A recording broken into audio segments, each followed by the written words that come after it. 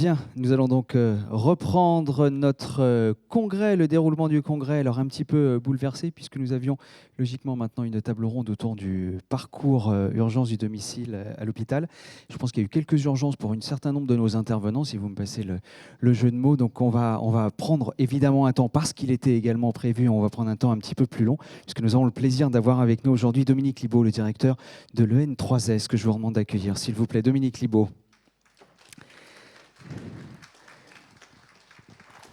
Bonjour Dominique Libaud et merci d'avoir accepté d'être avec nous pour ce congrès. Alors l'EN3S, c'est l'école des dirigeants de la protection sociale, mais on connaît surtout Dominique Libaud, évidemment, à travers aussi les rapports que vous avez pu remettre, puis vous avez été patron de la sécurité sociale également.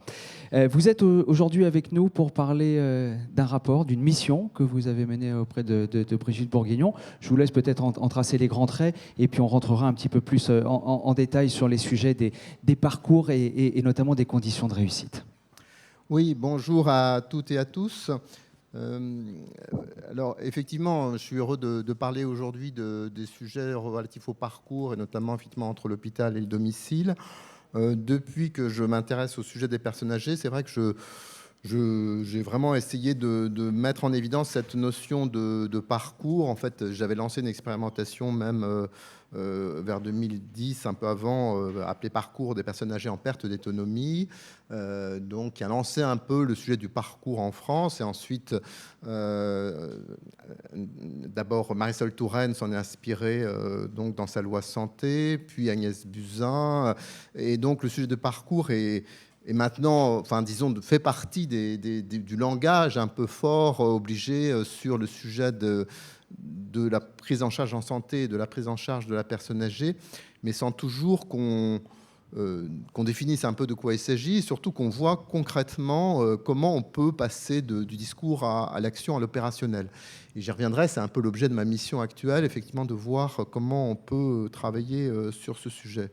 Alors peut-être d'abord redire pourquoi le sujet du parcours s'impose un peu comme un changement de paradigme, disons. C'est des choses simples, hein. C'est que on s'est aperçu que finalement notre mode de prise en charge, notre vie moderne presque, dirais, se traduit par une spécialisation des acteurs, donc extraordinaire, et notamment dans le champ du sanitaire et du social, qui a des mérites, qui a des avantages, mais qui a un gros inconvénient, c'est que souvent on finit par prendre en charge une pathologie et pas prendre en charge une personne, quoi. Voilà. Et donc finalement le parcours, et puis on s'organise à travers des institutions, l'hôpital, l'EHPAD, avec des modes d'intervention, avec des acteurs spécialisés, avec des financements spécialisés. On crée beaucoup de choses, et tout ça crée une très grande complexité, in fine, pour la personne, pour les aidants, et quelquefois pour les acteurs eux-mêmes, qui ont du mal à se retrouver avec les autres acteurs. Bon, voilà, c'est ça notre situation, et ça, bon, le diagnostic est, je crois, assez partagé, d'où l'idée de repenser les stratégies, les politiques à partir de la personne, et de façon à travailler sur un parcours fluide. Alors, quand on met parcours, c'est à la fois le parcours de soins, mais aussi le parcours de santé, le parcours de vie. C'est aussi, c'était au cœur de mon rapport, affirmer que l'objet même d'une politique de santé des personnes âgées n'est pas finalement de soigner nécessairement, n'est pas forcément de faire face à une pathologie, c'est de permettre à une personne de faire son parcours de vie, en fait, de continuer à vivre, effectivement, au grand âge, de continuer à vivre sa vie, de continuer à vivre comme elle l'entend, d'une certaine façon. Et il y a beaucoup de travaux d'éthique autour de ces sujets. Je crois, voilà, c'est être avec la personne âgée, l'écouter. Voilà, tous ces sujets de citoyenneté, de libre choix sont des sujets qui reviennent, comme vous le savez, avec force quand on fait l'état des lieux, les souhaits de nos concitoyens sur ces stratégies de personnes âgées. Tout à fait. Ça, c'est d'ailleurs des sujets que nous avons traités ce matin sur cette citoyenneté des personnes âgées. Juste une question par rapport à ce que vous disiez à l'instant. En fait, on a plutôt tendance à être sur une prise en charge d'une pathologie plutôt que d'une personne. Vous parliez d'un changement de paradigme. Ce changement de paradigme, il passe par quoi ? On va y venir parce que c'est pas beaucoup de choses in fine. Mais avant peut-être juste de dire effectivement comment on va y arriver, j'avais identifié effectivement un symptôme, enfin, de dysfonctionnement. Pour moi, le symptôme de dysfonctionnement du système où ça ne marche pas, c'est d'une certaine manière, c'est ça le thème original de la table ronde, un peu le passage aux urgences. C'est-à-dire le fait que quand ça ne marche pas, qu'on n'a pas de solution, qu'est-ce qui se passe? Eh bien, on envoie aux urgences à l'hôpital. Et c'est effectivement, voilà, c'est le symptôme pour moi d'un dysfonctionnement parce que, et ça a été prouvé par notamment des travaux de l'AHS, ce passage aux urgences, il peut être délétère pour la personne âgée. Comme tout passage à l'hôpital, mais notamment le passage aux urgences, notamment pour des personnes désorientées, par exemple, on peut imaginer évidemment que ça effectivement attendre sur des brancards, effectivement, ça n'arrange pas. Mais on voit aussi que c'est l'œuf et la poule, puisque à partir du moment où il y a de plus en plus de personnes âgées aux urgences, eh bien ça engorge les urgences, évidemment. Et donc, voilà, d'où ça a participé à la crise des urgences. Et on le sait, nous allons avoir une augmentation considérable des personnes âgées dans notre pays. Donc, si on ne fait rien, on va vers des situations de plus en plus problématiques, avec des goulots d'étranglement qui ne résolvent rien. Donc, le sujet, c'est effectivement comment on agit, effectivement, votre question, et comment on peut mettre en place des systèmes, des vrais parcours qui, notamment, évitent ça. Alors, je dirais juste avant de regarder ce qui se passe au domicile, du côté de l'hôpital, j'écarte tout de suite, mais enfin, il y aurait des solutions pour améliorer les choses, à mon sens, qui ne sont pas assez encore mises en évidence. Par exemple, pourquoi pas des accueils gériatriques spécialisés donc à l'hôpital? Plusieurs directeurs de CHU m'ont dit qu'ils y réfléchissaient. Je n'ai pas vu grand-chose de concret sur ce sujet. Un peu mieux les équipes mobiles gériatriques aux urgences. Il y a un peu de coopération pour mieux prendre en charge. Ça, oui, ça commence dans certains cas. Évidemment, de voir comment on peut passer la case urgence et faire de l'accueil direct dans un service spécialisé, par exemple d'EHPAD donc à service spécialisé, ce qui suppose, évidemment, c'est un premier élément, qu'il y ait une relation de confiance qui se soit créée entre les EHPAD et l'hôpital, qu'on sache effectivement qui appeler, comment appeler, et qu'on se fasse confiance pour pouvoir directement faire prendre en charge, ce qui se passe dans certains cas, mais pas partout, loin de là. Donc, il y a ces éléments-là, et suite à mon rapport, j'avais dit 0 passage évitable aux urgences comme un sujet. Et après la crise des urgences, Agnès Buzyn avait repris cette idée. Donc, il y a un travail en cours. Mais ce que je veux dire, et puis il y a donc les SAS qui se mettent en place. Il y a un certain nombre de sujets pour voilà. On a compris que effectivement les urgences et les personnes âgées, ça n'avait pas forcément bon ménage et qu'il fallait quand même faire attention à ça. Mais en fait, beaucoup plus profondément, effectivement, c'est le parcours et la bonne prise en charge sur lesquels il s'agit de travailler. Et quand on regarde concrètement les choses avec des tas de cas concrets donc au domicile, puisque donc voilà, nous sommes au domicile et heureusement, si on veut éviter l'hôpital, on se parle du domicile ou éventuellement de l'établissement, mais parlons du domicile dans un premier temps. On s'aperçoit de quoi? D'une chose très simple que tous les acteurs connaissent, c'est que très souvent, les questions qu'il faut résoudre sont des questions à la fois sanitaires et sociales. Vous n'avez pas uniquement des questions de prise en charge d'une pathologie, voire de la perte d'autonomie, ce qui est déjà fait 2 sujets différents, voire des pluripathologies, puisqu'on a des pluripathologies, bon, enfin tout ça. Mais vous avez très souvent des questions sociales, c'est-à-dire que si vous ne regardez pas le sujet de l'isolement, si vous ne regardez pas le sujet de l'aidant, si vous ne regardez pas le sujet du domicile, si vous ne regardez pas voilà, tous ces sujets-là, il y a peu de chances que vous soyez capable de mettre en place des solutions pérennes qui maintiennent la personne à domicile. Et donc, très rapidement, on s'aperçoit que pour les cas un peu complexes, parce que bien sûr, il y a, on pourrait parler de la prévention, des interventions en amont, évidemment, qui sont aussi très importantes, mais lorsqu'on commence à être sur des sujets de cas un peu complexes, le sujet, c'est d'avoir une prise en charge globale et de réunir donc des solutions sanitaires et sociales. Le problème, c'est là encore, on retrouve les silos un peu, et le fait que nous avons un cloisonnement à 2 niveaux. D'une part, sur les institutions qui prennent en charge ces sujets, puisque le social va dépendre plutôt du département, donc avec les acteurs sociaux, et le sanitaire plutôt le versus ARS, donc lui-même assez cloisonné entre l'hôpital, la ville, le médico-social. Donc, vous avez donc un cloisonnement, voilà, où si chacun simplement dit je vais trouver les solutions de mon côté, ça a peu de chances de fonctionner.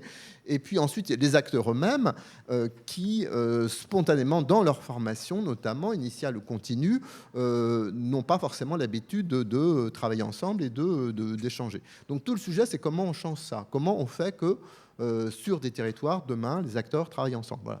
Si on veut résumer la politique de parcours, c'est demain le décloisonnement des acteurs sur un territoire pour que les gens travaillent ensemble. C'est ce que vous appelez un service public territorial? Alors, le service public territorial doit permettre d'organiser, de faciliter tout ceci. Mais, donc, comme je disais, il y a deux niveaux. Le service public lui-même, c'est-à-dire les différentes phases du service public, et puis les acteurs, et avec un certain interfaçage entre les deux. Alors, l'interfaçage, il se joue où? Il se joue notamment, et c'est une des choses que j'avais voulu créer en lançant le parcours des personnes âgées en perte d'autonomie, dans des coordinations territoriales d'acteurs. Parce qu'une des choses dont j'avais été rapidement convaincu, c'est que pour faire travailler les gens ensemble, c'est pas forcément qu'ils ont la mauvaise volonté, mais il y a problème du temps, tout simplement. Je veux dire, beaucoup d'acteurs sont tout simplement pris par le quotidien et tout ça, et c'est difficile si on ne les aide pas à la coordination, à qui se coordonnent, parce qu'ils sont en libéral. C'est l'intérêt de l'hôpital. C'est l'hôpital dans une structure avec une administration, effectivement, un peu organiser les choses. Donc, la question, c'est comment j'organise ça sur le domicile avec des acteurs dont la plupart sont des libéraux. Donc, moi, j'avais créé dans PRPA la coordination territoriale d'appui. Donc, c'était devenu PTA avec Marisol Touraine, avec Agnès Buzyn, dispositif d'appui à la coordination. C'est un des sujets. Un des risques, néanmoins, notamment, j'en discute beaucoup sur les dispositifs d'appui à la coordination, c'est que ça soit uniquement sanitaire. Donc, comme vous avez compris dans mon discours, moi, je crois beaucoup au fait que le sanitaire et le social doivent se parler ensemble et monter des solutions globales. Donc, il faut que ces structures soit vraiment pluridisciplinaire et fasse rencontrer l'ensemble des acteurs. Et donc, j'en reviens à mon sujet institutionnel. Ça ne peut pas être l'ARS toute seule. Il faut que ce soit l'ARS avec le département dans notre organisation institutionnelle. Donc, le sujet, c'est ça. Comment on fait en sorte que ARS et département se parlent pour mettre en place sur des territoires des organisations où il y a un décloisonnement des acteurs. Et c'est effectivement ce que j'appelle le service public territorial de l'autonomie. Aujourd'hui, on a un service public du sanitaire, un service public du social. J'estime qu'on n'a pas un service public de l'autonomie, en fait. Voilà. Et que c'est simple, et qu'il va falloir travailler pour que l'ensemble de ces acteurs travaillent mieux ensemble et puissent construire effectivement ce service public territorial de l'autonomie. D'accord. Quelle est la perception justement des acteurs à la fois du secteur social et vous parliez de l'ARS d'un côté, des départements de l'autre, par rapport aux préconisations de votre rapport? Quels sont les freins à lever ou quelles sont les solutions à trouver, à mettre en place pour mettre de l'huile dans les ruages pour qu'on trouve ces situations globales? Alors, d'abord, sur le diagnostic et sur l'idée de mieux travailler ensemble, c'est difficile de dire non, quoi. J'ai assez peu de gens qui me disent « Non, je travaille mieux tout seul, je ne veux pas travailler avec les autres, etc. » Bon, honnêtement, enfin, si, encore une fois, dans cette salle, enfin, je suis là aussi pour provoquer ça, hein, s'il y en a. Mais non, c'est rarement ça. Ensuite, c'est quelles sont les conditions pour que ça fonctionne, que ce ne soit pas chronophage, que ce soit opérationnel, que ce soit utile, etc. Et là, on tombe sur plein de choses concrètes. Le premier sujet, enfin, parmi les nombreux sujets, hein, parce qu'il y en a beaucoup de sujets, c'est les formations.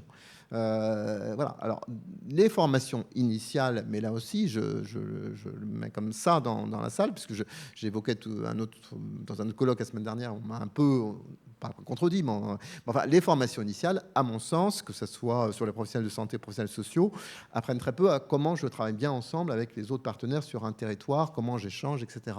Donc, on a un sujet. Moi, j'ai voulu travailler sur des formations continues dans des expérimentations. C'est extraordinairement complexe d'arriver à monter sur un plan financier des formations continues qui est pluriprofessionnelles. En France, je ne dis pas que c'est impossible, mais c'est extrêmement complexe parce que c'est des canaux de financement très particuliers et donc c'est très très compliqué d'aller faire de la formation pluripro qui fonctionne avec les différents acteurs qui se parlent. Or, c'est très important parce que je suis désolé, mais il y a énormément de représentations qui se jouent là-dessus, de méconnaissance, de sémantique, de culture, de langage, etc., qui fait que spontanément, voilà, c'est très, très hétérogène. Et donc, je pense qu'il faut beaucoup, beaucoup... voilà, le sujet formation est extrêmement important. Il y a un sujet... Évidemment, mais je vais passer rapidement, ce qui est les systèmes d'information, comment on échange entre acteurs de façon sécurisée voilà, dans le respect du patient, évidemment, donc, parce qu'on va voir que tout ça, c'est aussi la co-construction avec le patient, donc il faut aussi travailler là-dessus, mais comment on échange, et là, on a plein de sujets de ce qu'on appelle l'interopérabilité, qui n'est encore pas terrible du tout en France, pour comment on échange simplement, mais... disons, ça progresse, mais là aussi, enfin, moi, je pense que c'est quand même un sujet qui est quand même assez important.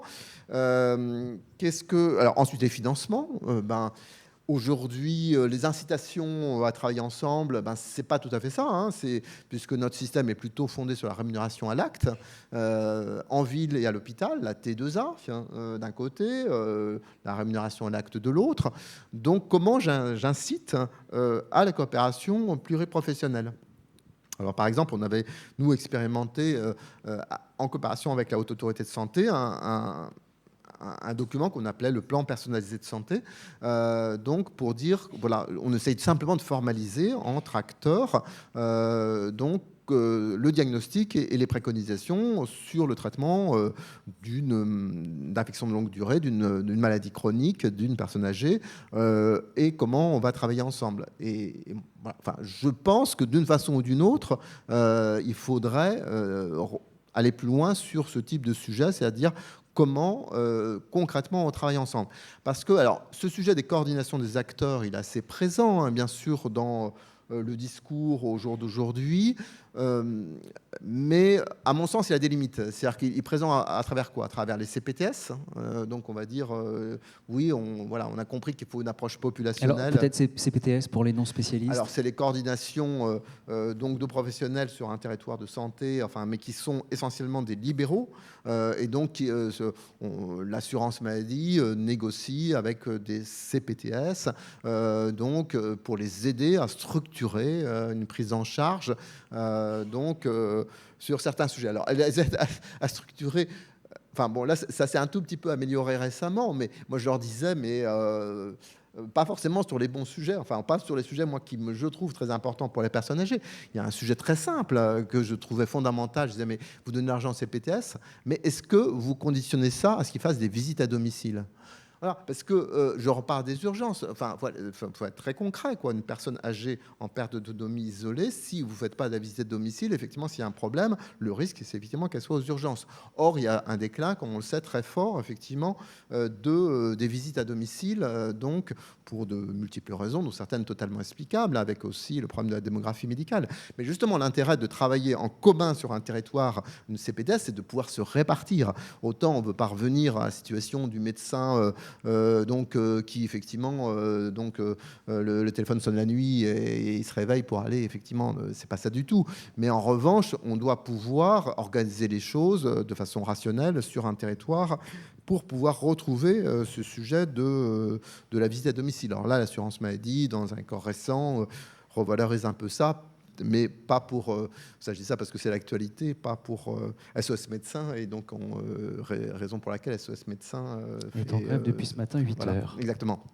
Donc on est, voilà, on est en plein dans l'actualité, c'est-à-dire le domicile, effectivement, la visite à domicile, comment on la considère demain dans le parcours de la personne âgée. Et c'est vrai, enfin, je ne vais pas prendre position par rapport à ce médecin, mais en tout cas, je considère qu'effectivement, on doit s'organiser effectivement pour pouvoir assurer une présence à domicile. Autrement, on se paye un peu de mots, effectivement, sur le sujet parcours. Mais ensuite, il faut aussi économiser le temps du médecin, d'où l'intérêt de la formalisation avec les autres acteurs, l'infirmier qui passe, voire l'aide à domicile. Et donc, moi, j'ai travaillé sur la reconnaissance de la parole de l'aide à domicile, parce qu'elle peut signaler des choses, elle peut être une sentinelle, elle peut dire des choses qui interpellent Voilà.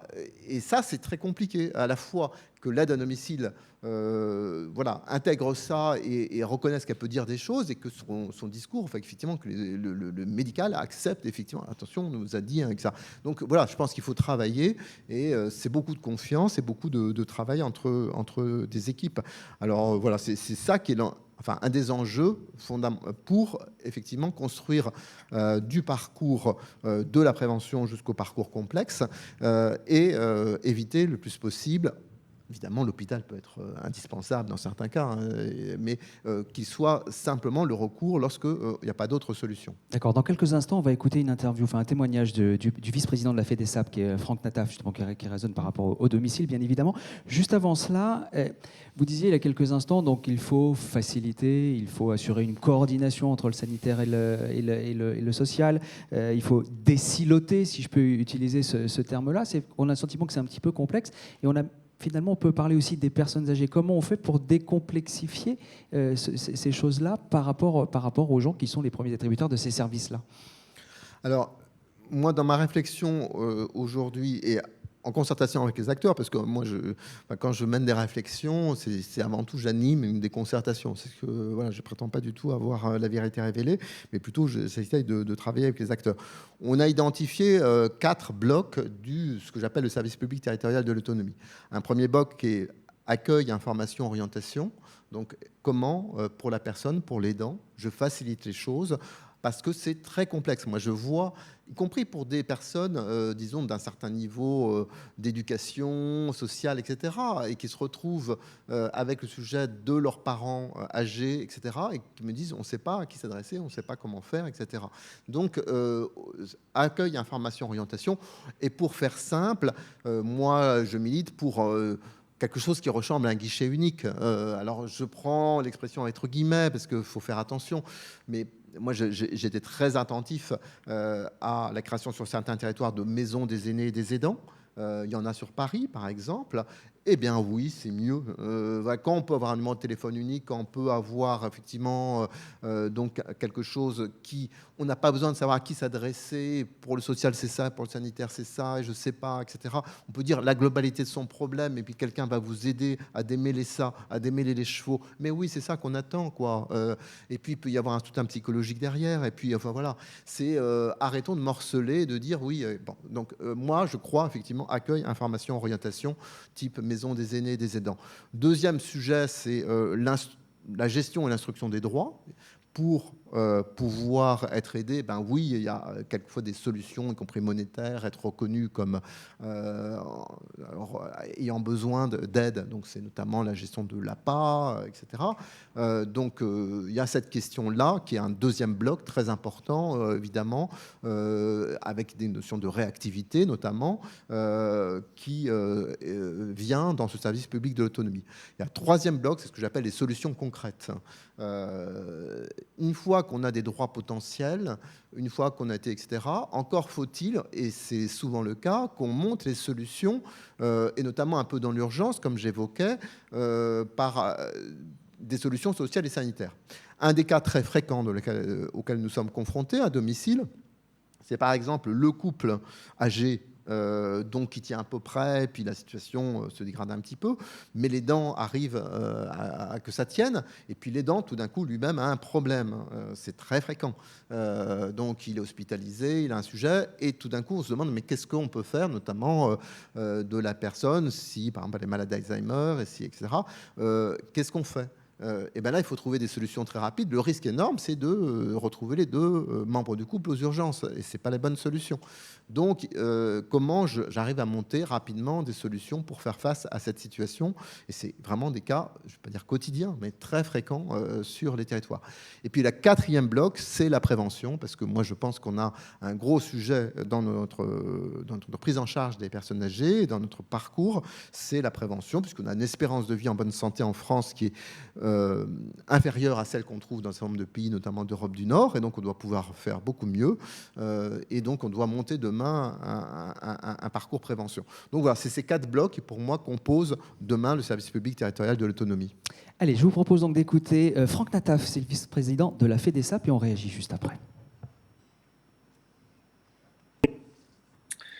Bonjour, Franck Nataf, donc vice-président de la FEDESAP, la principale fédération d'entreprises de services à domicile aujourd'hui. Nous, sur notre position concernant l'articulation entre l'hôpital et le domicile, c'est la suivante. Déjà, effectivement, le domicile, il faut le voir de manière globale, hein, donc pas uniquement l'aide, mais bien le soin, voire l'hospitalisation à domicile. Et effectivement, sur ce virage, pour accompagner le virage domiciliaire, on a mis en place euh, un certain nombre de dispositifs ambulatoires qu'il ne faut pas uniquement voir sous un angle purement économique, même si évidemment il y a des coûts moindres, mais qui sont aussi le respect, les attentes des patients, des bénéficiaires, des usagers, peu importe comment on les appelle. Euh, Aujourd'hui, c'est effectivement ce souhait-là qu'il faut qu'on arrive à, à- à satisfaire, évidemment en garantissant un parcours de soins de qualité, avec des professionnels qui sont là autant que nécessaire, avec cet accompagnement qui permet de, de- de soigner et de pouvoir se remettre, par exemple, d'une hospitalisation dans de bonnes conditions. On voit apparaître, par exemple, de nouveaux dispositifs à proximité, par exemple, des hôpitaux, sur un mode euh, de, d'hôtel hospitalier, voilà, pour faire de l'accueil, alors soit des aidants, soit des patients, hein. Une fois qu'ils sont passés par leur parcours de soins médicalisé à l'hôpital, avec du coup des dispositifs qui peuvent tout à fait par la suite articuler le passage d'un infirmier libéral, d'un SIAD ou de tout autre dispositif que, évidemment, une auxiliaire de vie au sein d'un SAD prestataire.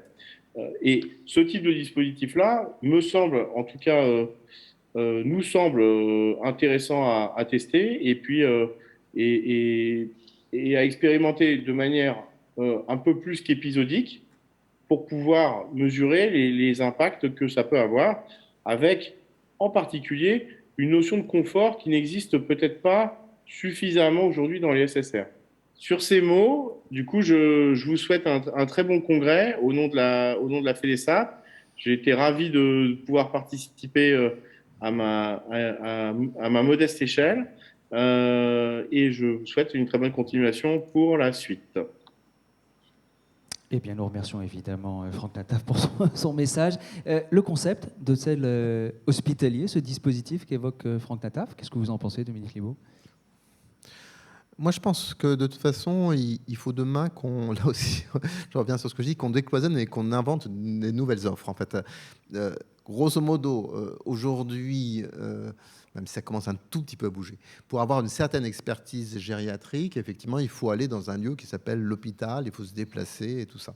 Demain, toute la question, c'est comment l'expertise peut venir plus à domicile et donc et pas effectivement vous faire déplacer. Alors, il y a déjà la HAD, là, et Franck Nataf l'évoquait, il a raison, la HAD peut jouer un rôle et joue un rôle très utile dans un certain nombre de cas. On l'a vu dans un grand nombre de territoires lors de la crise sanitaire, du reste. Donc c'est bien, mais il y a beaucoup d'autres choses à inventer. Alors, voilà, mais ça commence. Par exemple, il y a aussi quelque chose qui a été utilisé dans la crise sanitaire que j'ai pas mal étudié, c'est la hotline gériatrique, hein. Ça aussi, c'est simple. C'est comment le médecin traitant peut appeler des gériatres à l'hôpital pour simplement avoir une expertise, pour savoir si la situation qu'il rencontre est de nature à justifier une hospitalisation ou pas, ou etc. Donc voilà, ça, c'est très intéressant, la hotline gériatrique. On sait tous évidemment qu'il y a maintenant la possibilité de faire une consultation en visio aussi. Donc, on voit qu'on a des possibilités techniques qui existent. Ensuite, c'est la combinatoire souvent qui est aussi le sujet, c'est-à-dire comment on arrive à faire que tout ça fonctionne ensemble et n'apparaissent pas trop lourd pour la personne ou pour l'aidant. Et ensuite aussi que ça soit fait avec son aval. Mais oui, je pense qu'il y a vraiment des nouvelles... il faut construire de nouvelles possibilités. Mais on voit aussi que c'est lié sans doute aussi... Il ne faut pas éloigner ça des sujets de l'offre d'hébergement. On voit demain, il faut aussi travailler avec des offres, tout le monde le sait, intermédiaires entre donc l'isolement à domicile et puis l'EHPAD tel qu'on le connaît. Et c'est aussi parce qu'on créera de nouvelles offres qui peuvent s'appuyer les unes avec les autres. Moi, je parle un peu de poupée russe, quoi. C'est pour ça que j'évoque aussi le fait de donc l'hôpital qui peut apporter son expertise, mais pourquoi pas l'EHPAD demain et donc centre de ressources. Il y a une disposition qui va figurer dans la loi de financement de la sécurité sociale de cette année, annoncée par la ministre vendredi dernier. Alors, c'est pareil, enfin, je suis prudent parce que qu'est-ce qu'on met dedans, comment ça se fait, etc. Mais l'idée, effectivement, d'avoir donc des capacités qui permettent effectivement de pouvoir faciliter l'action d'autres acteurs, et notamment ceux du domicile, oui, je trouve que c'est... Enfin, il faut qu'on travaille là-dessus. D'accord, donc il faut savoir être innovant sur des nouveaux modèles et sur des nouvelles offres. Une dernière question. L'actualité, évidemment, nous rattrape autour des sujets que nous évoquons aujourd'hui, autour de l'autonomie, autour des personnes âgées. Il y a à la fois les annonces du Premier ministre il y a quelques jours sur les financements. Et puis, il y a, alors je ne sais pas si on parle de report, si on parle d'abandon du projet de loi autonomie. Quel est votre sentiment sur ce sujet-là ? Alors, premier point, j'en parlais avec Pascal Chanvert juste avant là-dessus. Celles et ceux qui s'intéressent à ce sujet du grand âge et qui l'ont à cœur et qui pensent que c'est un sujet majeur pour notre société ne peuvent pas être satisfaits de voir que sur 3 quinquennats successifs, avec Nicolas Sarkozy, avec François Hollande, avec Emmanuel Macron, il y a eu des promesses de grandes lois, de lois très, très stratégiques, et finalement qu'elles soient toujours reportées. C'est pas satisfaisant, et en même temps, ça nous interroge sur... enfin, moi, ça m'interroge, en tout cas personnellement, pourquoi on n'y arrive pas pourquoi on n'arrive pas à ce que le politique porte ceci comme un sujet majeur, sociétal, fort. Bon, je pourrais intervenir, enfin je pourrais répondre à la question. C'est lié à plusieurs choses. D'abord parce que je crois que notre action publique, elle est trop souvent maintenant dans l'urgence et pas assez dans l'anticipation. Un sujet comme ça, c'est un peu comme la transition environnementale. On est sur la transition démographique. Ça demande beaucoup d'anticipation, beaucoup de poids de la société qui vient dire aux politiques, nous devons anticiper et nous ne pouvons pas attendre effectivement qu'une crise arrive pour commencer à gérer les sujets. Donc nous ne sommes pas assez dans une action publique anticipatrice. Et ensuite, le sujet du grand âge peut apparaître disons, pas prioritaire, parce que, justement, générationnel, alors que moi, je pense que c'est un sujet intergénérationnel. Et notamment, je dis toujours, il y a un problème d'emploi majeur, mais donc, si on arrive à revaloriser les emplois pour le sujet du grand âge, eh bien, c'est aussi des solutions pour les jeunes. On sait qu'il y a un certain nombre de jeunes qui ont des sujets, se posent des questions pour leur emploi, qu'il y a du chômage, etc. Comment, enfin c'est un enjeu sociétal de demain de dire ces métiers, c'est des métiers valorisants dans lesquels on peut effectivement faire carrière, parce qu'aujourd'hui la carrière elle n'est pas si évidente que ça pour un aide-soignant. Voilà, ça c'est un enjeu intergénérationnel. Et ça, c'est porté par le politique. Et donc, je crois que c'est bien sûr une déception. Et on doit tous se poser la question comment demain on fait de cet enjeu un enjeu sociétal très très fort avec trois dimensions essentielles. Encore une fois, la transition démographique, comment on anticipe, mieux répondre donc aux attentes de nos concitoyens et à cette demande de citoyenneté au grand âge et pas de subir des solutions qu'on n'a pas voulu. Et troisièmement, l'espérance de vie en bonne santé, comment on l'améliore. Voilà, je dis, donc tout ça, bon, dans ce contexte-là, on sait tous, il y a eu la crise sanitaire, des finances sociales qui sont dans une situation complexe et assez difficile. Je ne m'attendais pas. Enfin, c'est très difficile de faire une loi très ambitieuse en fin de quinquennat. En plus, il y a eu un renouvellement du côté des présidents de conseils départementaux, c'est-à-dire qu'il n'y a pas pu y avoir une vraie concertation avec les départements. J'évoquais ce sujet central de qui fait quoi, comment on s'organise, etc. Donc, je ne suis pas étonné voilà. Et dans ce contexte, il y a des mesures qui interviennent, tant sur le domicile, tant sur les EHPAD, qui en tout cas travaillent sur le sujet de l'attractivité. Le tarif national socle du côté du domicile à 22 euros. Ben, ce tarif national socle, c'était une proposition que j'avais émise dans le cadre de mon rapport. Je pense que c'est un progrès, parce qu'un des problèmes auxquels on est confronté, c'est l'hétérogénéité de rémunération des services à domicile sur le territoire. Et je trouve que c'est donc le tarif national socle, je trouve que c'est positif. Et voilà, il faut saluer ça, ceci. Ensuite, il y a un certain renforcement du côté EHPAD. Évidemment, on est loin encore du compte de ce qu'il faudrait pour une politique très ambitieuse, une politique systémique, une politique cohérente sur ce sujet. C'est pour ça que je pense que c'est une étape et qu'il faut continuer à travailler pour une loi et un schéma stratégique très ambitieux sur ce sujet. D'accord, parce que je retiens, vous le disiez en début de propos, c'est qu'il y a effectivement déjà 15 ans qu'on est en train de travailler sur cette loi-là, 3 quinquennats, le quinquennat Sarkozy, le quinquennat Hollande et le quinquennat Macron, pardon, effectivement, nonobstant le fait qu'il y a cette crise sanitaire. Dominique Lebeau, si vous êtes d'accord, on va donner la parole à la salle, savoir s'il y a des interpellations, peut-être de celles et ceux qui sont avec nous aujourd'hui, ou des questions. Oui, madame, je vous vois là-bas. Levez bien la main, on va vous apporter un micro. Et si vous pouvez avoir la gentillesse juste de vous présenter. Monique Bouchot, je suis bénévole dans une résidence à Saint-Maur. Et je voulais rebondir sur votre phrase où vous disiez que l'hôpital devrait s'approcher des personnes. En tant que bénévole, nous sommes appelés à accompagner des résidents en consultation. Et j'ai été une fois, alors habitant Saint-Maur, évidemment tout le monde ne connaît pas où, mais nous sommes allés à l'hôpital de Villeneuve-Saint-Georges, nous sommes allés 3 fois à l'hôpital de Draveil.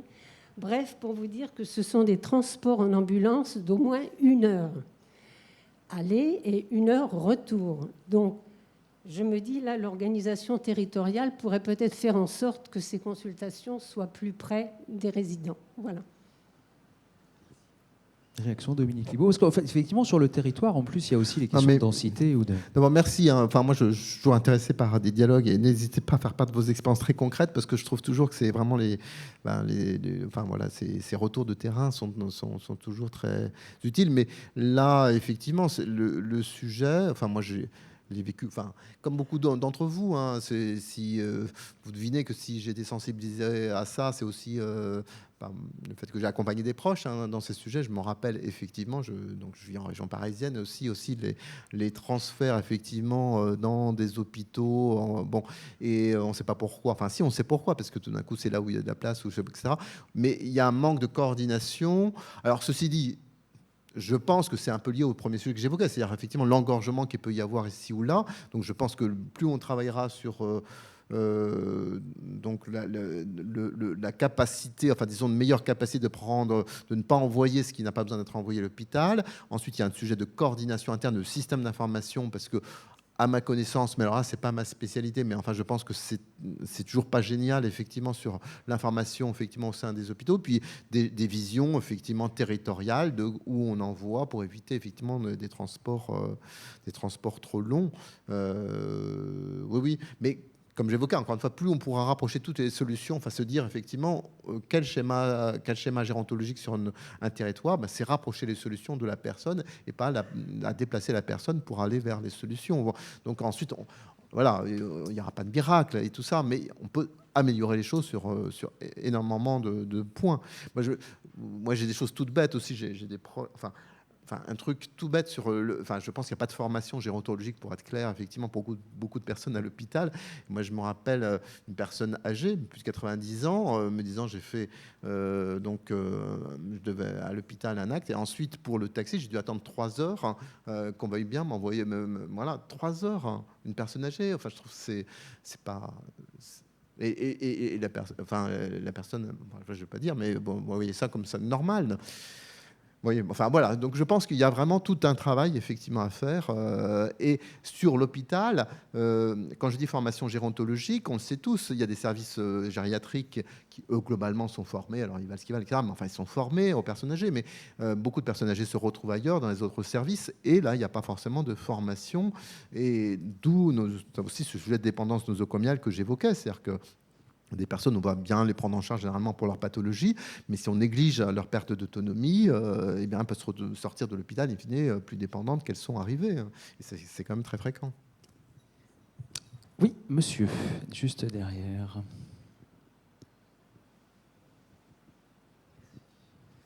Bonjour, Éric Morgenthaler, je suis directeur de 2 EHPAD en Moselle, Saint-Quirin, Breschwiller. J'ai beaucoup apprécié votre constat parce que c'est celui qu'on vit au quotidien quand on est directeur d'établissement, et notamment sur des territoires semi-ruraux, comme c'est le cas par chez nous, avec la grosse difficulté effectivement de faire se rassembler les acteurs concernés pour améliorer ce parcours des urgences pour les personnes âgées parce qu'il est délétère. On a, nous, par exemple, des retours d'hôpitaux en plein milieu de nuit, c'est-à-dire une personne qui part aux urgences à 18h peut être rapatriée dans l'EHPAD à 2h du matin. Par contre, il y a quelque chose sur lequel je ne suis pas complètement d'accord avec vous, parce que c'est très français, on veut toujours faire des strates supplémentaires. C'est-à-dire qu'on va essayer tel dispositif, ça ne marche pas, on va en essayer un autre, mais ça va être quelque chose qui va s'adjoindre au précédent. Est-ce qu'il ne serait pas intéressant au bout d'un moment de tout mettre à plat pour justement trouver des solutions qui soient des solutions pérennes, qui ne coûtent pas trop cher, parce qu'à force de multiplier les dispositifs, c'est aussi de l'argent public qui n'est pas forcément utilisé à bon escient et en tout cas pas toujours dans la bonne direction. Pour vous dire aujourd'hui, on a une difficulté tout simplement à s'adresser à la direction de l'hôpital local avec lequel on travaille, et on le fait par le biais de la MAIA. Je veux dire, voilà. C'est-à-dire un dispositif supplémentaire qui a été mis en œuvre pour qu'on puisse éventuellement espérer à un moment d'avoir une rencontre avec les responsables de l'hôpital pour pouvoir parler de cette problématique. Merci. Dominique Libaud, tout remettre à plat plutôt que d'empiler le millefeuille. D'abord, sur le premier aspect, malheureusement, effectivement, donc constat partagé sur cette difficulté de concevoir le dialogue. Alors, et c'est vrai que c'est le premier élément, c'est comment mettre les acteurs autour d'une table et que chacun considère que ça fait partie de son rôle de travailler avec les autres, quoi.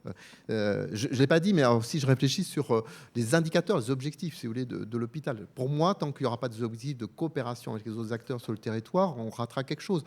Alors, encore une fois, j'en veux qu'à moitié, j'en veux pas d'ailleurs du tout aux acteurs hospitaliers d'une certaine façon. Je trouve que, par exemple, avec la T2A, avec tout ça, voilà, on ne leur donne pas des signaux suffisamment forts sur dire oui, la coopération, c'est un élément essentiel de ce qu'on attend de vous. Je pense que demain, il faudra des signaux plus forts là-dessus. Ensuite, je comprends votre deuxième question. Est-ce que... Mais on a besoin de ce que vous appelez une strate supplémentaire. Alors, quand c'est possible, non, bien sûr. Et demain, le dialogue que j'espère entre les acteurs, s'il peut s'établir directement, j'en suis absolument ravi, évidemment. J'en suis ravi. Ce que je vois, ce que je crois, c'est que vu la multiplicité des acteurs, ne serait-ce que pour justement faciliter les choses, etc., je pense, moi je vois que sur les territoires où il y a des points d'appui, où il y a des équipes qui facilitent ce travail, ça marche mieux que sur les autres. Je suis obligé de dire ça. Par exemple, vous êtes dans l'Est, voilà, moi je connais bien la situation de Nancy, par exemple. Vous avez une équipe, c'est parti du réseau gériatrique qui s'appelait Gérard Cuny, donc qui s'est étendu au social. Quelqu'un que j'adore, qui s'appelle Eliane Abraham, qui gère ça, je vois que ça marche beaucoup mieux, effectivement, la relation, etc., que sur des territoires où il n'y a rien, voilà. Et donc, voilà. Mais ça doit être subsidiaire. Voilà. La notion de subsidiarité doit être très importante. Il ne faut pas dire, voilà, je suis obligé de passer, effectivement, moi, je préférerais que EHPAD et hôpital se parlent. Alors, je prends un instant la casquette de l'hôpital. ils vont dire oui, mais enfin, vous êtes bien gentil, mais enfin, les EHPAD, il y en a quand même une multiplicité sur mon territoire. C'est vrai que c'est assez atomisé, et notamment du côté des EHPAD publics ou parapublics. Il y a un nombre considérable. Donc, c'est pas toujours évident hein, pour CHU, etc., de dialoguer avec autant d'acteurs. Et c'est pour ça aussi les CPTS que c'est une aide, parce que quand ils disaient oui, mais il faut travailler avec les libéraux, oui, mais avec qui je ne vais pas travailler avec chacun des médecins, etc. Donc il faut bien structurer à un moment donné pour pouvoir créer ce dialogue entre le libéral, le médico-social et le sanitaire. Ça me semble nécessaire. Donc voilà.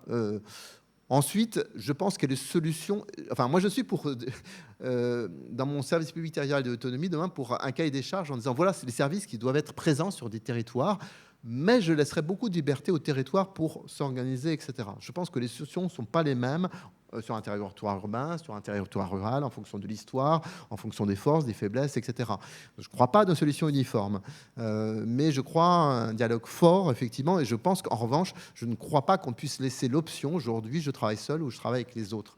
Ça me semble exclu. D'accord, autonomie en territoire, pour voir le dispositif. Qui prendrait le leadership? Plutôt le sanitaire, plutôt le social? Ah ben, moi, je refuse de répondre en termes de leadership. Souvent, ça m'est posé quand je dis ça, mais demain, quel est le chef de file, etc. Je pense que c'est mal posé. Enfin, si on prend les choses en disant quel est le chef, c'est très compliqué. Alors, je pense qu'il faut co-organiser. Là où je vois, là aussi, constat où ça marche le mieux, c'est où le département et l'ARS s'entendent bien et où donc ils réussissent de concert à créer les conditions d'un travail en déléguant souvent à des acteurs. Alors moi je le vois par exemple dans le Morbihan, moi je trouve que ça marche bien. En Seine-et-Marne, je trouve qu'il y a des trucs qui marchent pas si mal que ça. Je vous dis à Nancy, enfin bon, donc je vois des tas de territoires sur lesquels ça peut marcher. Voilà, arrêtons de penser, enfin voilà, que c'est un truc de pouvoir, quoi. C'est un truc de comment on s'organise pour travailler ensemble. Et voilà, demain, c'est effectivement une initiative conjointe ARS département. Moi, je pense pas que le sanitaire soit plus majeur que le social plus majeur. Etc. Enfin, je trouve que ça, c'est pas bien poser les choses. Moi, je pense que le social est très important. Je n'arrête pas de le dire aux sanitaires, aux acteurs du sanitaire. Vous sous-estimez l'importance du social dans l'environnement de la personne, etc. Je n'ai pas parlé aussi d'un troisième sujet qui est de plus en plus présent, c'est les abcès psy, hein, qui sont aussi voilà, les personnes âgées vieillissantes avec les sujets psy et aussi les insuffisances de l'offre sur ce sujet-là, qui revient beaucoup. Mais donc, il faut prendre en compte l'ensemble des sujets, notamment le sujet social, mais le social a besoin du sanitaire aussi, évidemment. Donc voilà, moi je refuse effectivement de parler en termes de leadership. Voilà, alors je ne parlais pas de leadership au sens de prise de pouvoir, mais plutôt de prise d'initiative. On était plus dans cette logique-là. Monsieur, question. Oui, bonjour, Samuel Sauvourel, directeur d'un service d'aide à domicile en Charente-Maritime. Nos services sont souvent à l'origine de l'interpellation des PTA pour l'organisation des interventions avec les autres intervenants. On mobilise une responsable de secteur qui va de son côté mobiliser une ou deux auxiliaires de vie. Ça va prendre du temps, tout ça. Ça va mobiliser du monde. Et tout ça dans un tarif, même à 22 € comme on annonçait aujourd'hui, ce matin, c'est pas rentable pour nous. Un moment, dans l'époque des réseaux gérontologiques, les intervenants extérieurs, les libéraux, étaient rémunérés pour les participations aux coordinations. Les services à domicile, jamais. Est-ce qu'il y a une évolution prévue de ce côté-là ? Je pourrais vous répondre, je ne suis pas dans le secret des dieux, c'est pas moi qui fais la loi ou même les propositions actuellement, c'est pas ma position. Je crains malheureusement que rien ne soit prévu dans les médias. Alors pour autant, à ma connaissance, je crois que la ministre a plus ou moins laissé entendre, il y a un amendement fonds qualité, enfin quelque chose qui doit arriver dans le cadre de la discussion parlementaire. Je pense que c'est peut-être des sujets à pousser. Alors je le dis aussi, il y a des espaces qui sont ouverts par l'idée de ce socle. Il y a une réflexion sur un fonds qualité. Moi, je crois beaucoup aussi à ce sujet qualité. Et donc, comment peut-on effectivement, sur un plan économique, hein, puisque c'est un peu votre question, elle est économique, effectivement, créer l'équilibre pour un service à domicile plus, enfin le fait effectivement de pouvoir avoir une vision plus large, etc. Oui, c'est une question légitime. Je parlais tout à l'heure du PPS. Je crois qu'il y a des sujets de financement, effectivement. Comment on incite effectivement au travail ensemble, comment on incite à un travail de qualité. Notre mode de financement globalement n'est pas, à mon avis, adéquat, que ce soit en établissement, à domicile. C'était vraiment des constats de mon rapport. On finance à domicile, c'est vrai, et Myriam El Khomri avait remis le couvert, si j'ose dire. Uniquement le temps d'intervention, c'est pas possible de faire de la qualité avec ça, c'est pas vrai. Donc il faut financer autrement, et aussi en établissement, c'est uniquement à travers les évaluations actuelles, la lourdeur de l'incapacité qui est identifiée. Mais on ne travaille pas à la qualité, finalement. Les établissements qui me disent on travaille beaucoup sur la prévention. Annie de Vivier, je ne sais pas si elle est dans la salle, elle était là tout à l'heure. Donc, Humanitude, etc. me disait, mais à la limite, si demain, grâce à des efforts de prévention, l'intéressé, la personne âgée est moins dépendante, on va perdre de l'argent, quoi. Donc, tout ça n'est pas hyper incitatif à la qualité. Donc, je crois que il y a un grand enjeu de trouver des modes de financement à la qualité sur le domicile, sur l'établissement et sur le travail entre tout ce monde. Alors, il y avait des questions derrière. Je pense qu'il y en a même 2 d'ailleurs.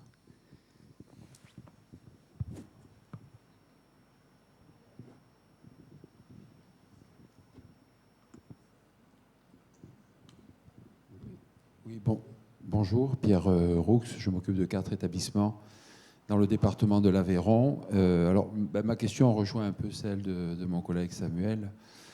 En fait, à écouter tout ce que vous dites les uns et les autres, et notamment sur la notion de parcours, nous, on se heurte quand même à une difficulté importante, dans la mesure où on est toujours appréhendé sur le prix et sur ce que l'on coûte en tant que service par tranche, j'allais dire, le domicile, ça coûte tant, l'EHPAD, ça coûte tant, etc. Mais on n'a pas véritablement de prise sur ce que coûte le parcours de la personne.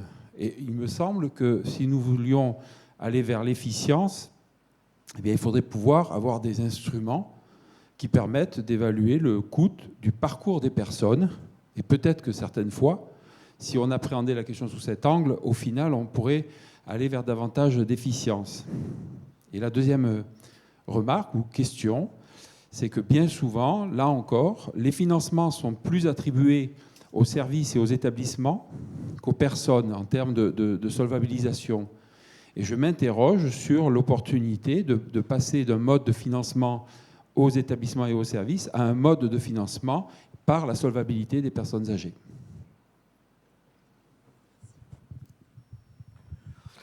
Des questions tout à fait pertinentes, et en même temps les réponses sont difficiles sur ce sujet, et je me garderai bien d'avoir une réponse trop tranchée.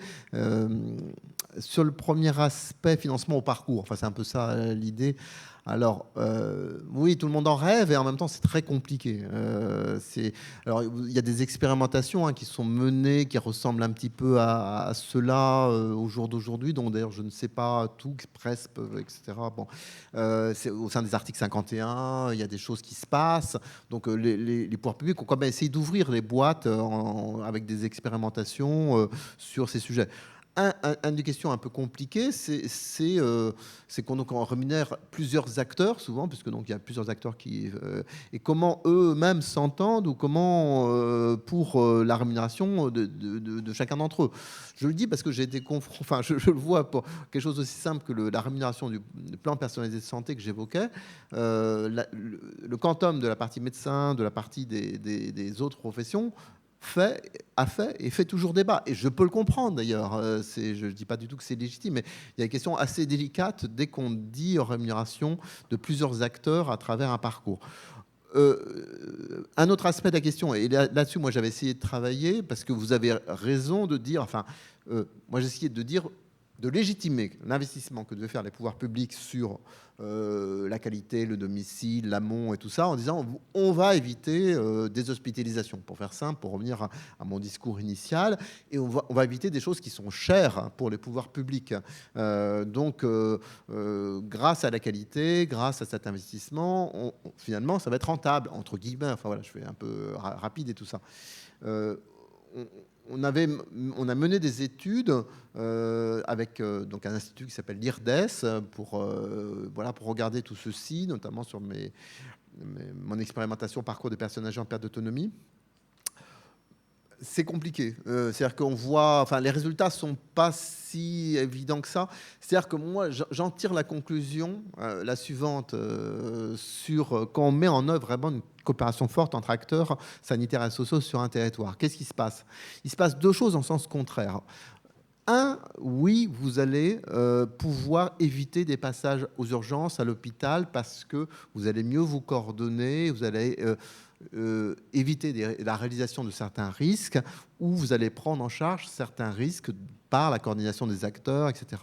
Et c'est vrai. Mais deux aussi, et finalement c'est évidemment aussi tout à fait intéressant, vous repérez aussi des situations, vous allez récupérer des personnes plutôt que qui n'étaient pas identifiées ou allaient arriver plus tard dans le parcours de soins, et notamment des personnes en état de grande fragilité, de précarité, etc. Et ça peut avoir dans un premier temps un coût hospitalier aussi. Et donc, et moi je l'assume, c'est-à-dire que le parcours, c'est aussi évidemment prendre en charge mieux des populations fragiles, etc. Et donc, on n'a pas vu, autant qu'on le croyait dans un premier temps, l'impact économique sur les hospitalisations évitées. Et encore une fois, ça remet en cause en rien, pour moi, l'intérêt de cette stratégie de parcours. Et il faudrait sans doute regarder à beaucoup plus long terme. Voilà, c'est toujours compliqué de faire des évaluations très très longues sur ces sujets. Mais oui, on regarde. Il y a un autre aspect où, en revanche, l'évaluation a donné des résultats tout à fait positifs. C'est, par exemple, des économies sur les médicaments. Voilà, je n'ai pas parlé, mais le seul fait de se concerter très fortement, effectivement, dans le parcours sur la conciliation médicamenteuse, etc., ou de travailler à des alternatives aux médicaments, tout ça permet d'être intéressant. On a vu des gains très importants sur le médicament.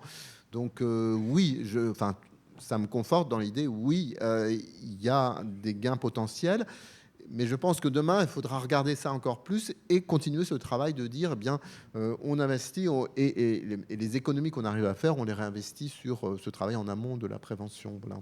Alors, dans la question de Pierre Roux, il y avait deux volets. Il y avait la question du prix par rapport à l'efficience, il y a la question du financement aussi, évoquée Pierre Roux par la solvabilité du...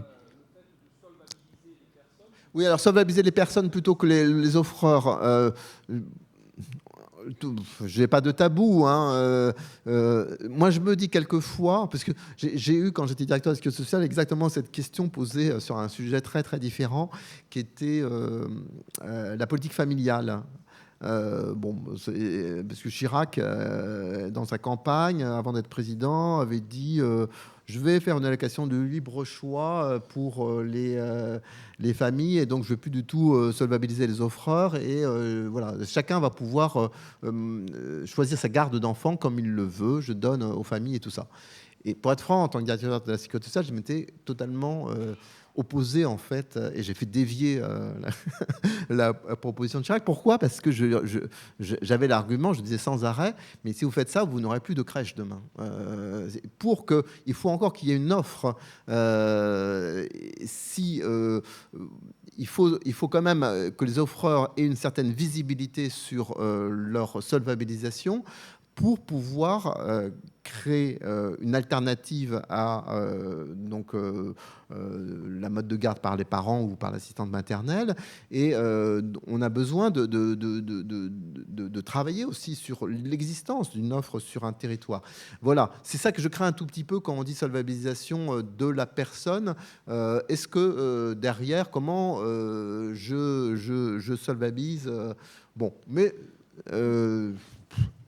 ce qui est vrai, encore une fois, c'est qu'on a des modes de financement aujourd'hui, en revanche, qui sont trop effectivement diriger l'hôpital, l'EHPAD, etc.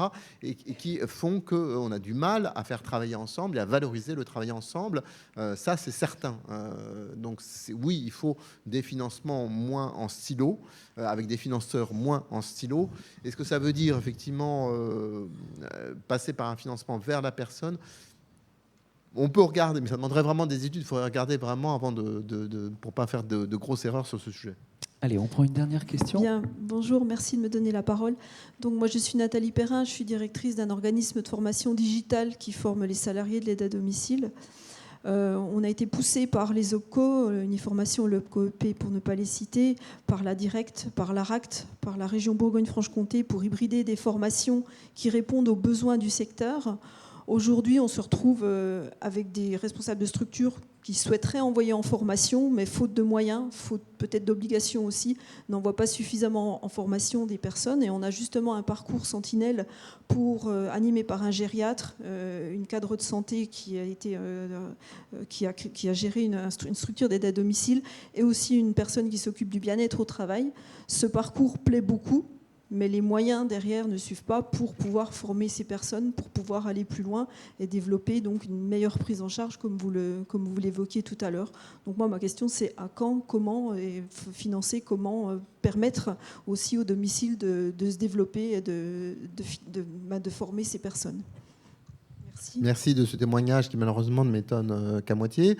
Moi, il me semble qu'il y a deux choses. Demain, dans le conventionnement et en contrepartie, surtout s'il y a le fonds qualité que j'évoque, je pense qu'il faut dire effectivement qu'une contrepartie de la qualité, c'est la formation. La formation ne doit pas être optionnelle, effectivement, et que ça doit être dans le contrat entre les services et les financeurs. Mais deuxième sujet, et je vois bien malheureusement le sujet, c'est la continuité même, effectivement, du service, et l'argument très fort de beaucoup de services aujourd'hui sur certains territoires, disant mais de toute façon on est tellement déjà en difficulté pour pouvoir satisfaire l'offre et on est obligé de refuser des prises en charge.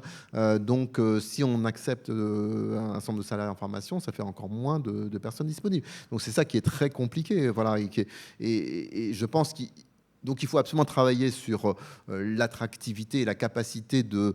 voilà, tout ça se joue en même temps, de retrouver effectivement plus de personnes dans les services à domicile, parce qu'on voit bien que la pénurie crée aussi la difficulté de se former, et c'est un cercle vicieux. Donc il faut sortir de ça absolument. Il y a une grande politique d'attractivité qui va prendre du temps, ça de longue haleine. Je pense que voilà, c'est pas simplement avec une ou deux mesures qu'on va y arriver. Ça va être beaucoup plus compliqué que ça. Mais la formation en fait partie. Moi, je vois quand même avec beaucoup d'intérêt, enfin, si j'élargis un tout petit peu le sujet, quand même des nouveaux managers, si j'ose dire, qui interviennent sur ces secteurs, inspirés en partie d'ailleurs des méthodes qu'on voit en Hollande, vous savez, la méthode Butzorg et tout ça, et qui donnent aussi beaucoup d'autonomie aux salariés. Je suis obligé de dire que, malgré tout, dans mes constats sur le terrain, selon les modes de management, que ce soit en établissement à domicile, je vois aussi des situations assez différentes sur l'attractivité. Voilà, je me permets ce petit message, mais oui, le management, c'est important aussi sur la façon de faire adhérer, de retenir des personnes. Il n'y a pas que ça, je le sais, il y a ces territoires qui sont très compliqués, mais ça intervient aussi. Donc la formation, voilà, je sais aussi pour la formation d'ailleurs managériale des directeurs d'établissement et tout ça. Je pense qu'il y a un gros sujet sur tout le management du secteur. Merci beaucoup, Dominique. Merci Libaud. beaucoup à vous. Merci à vous, Dominique Libaud, s'il vous plaît. Bonne continuation. Voilà, merci. Merci beaucoup pour cet échange avec nos invités. Alors, le sujet suivant, nous allons parler de 5385 vieux qui prennent la parole. Et pour en parler, j'accueille tout de suite, avec vos applaudissements, la vice-présidente exécutive de Hold Up. C'est Martine Gruer-Arnaud qui nous rejoint.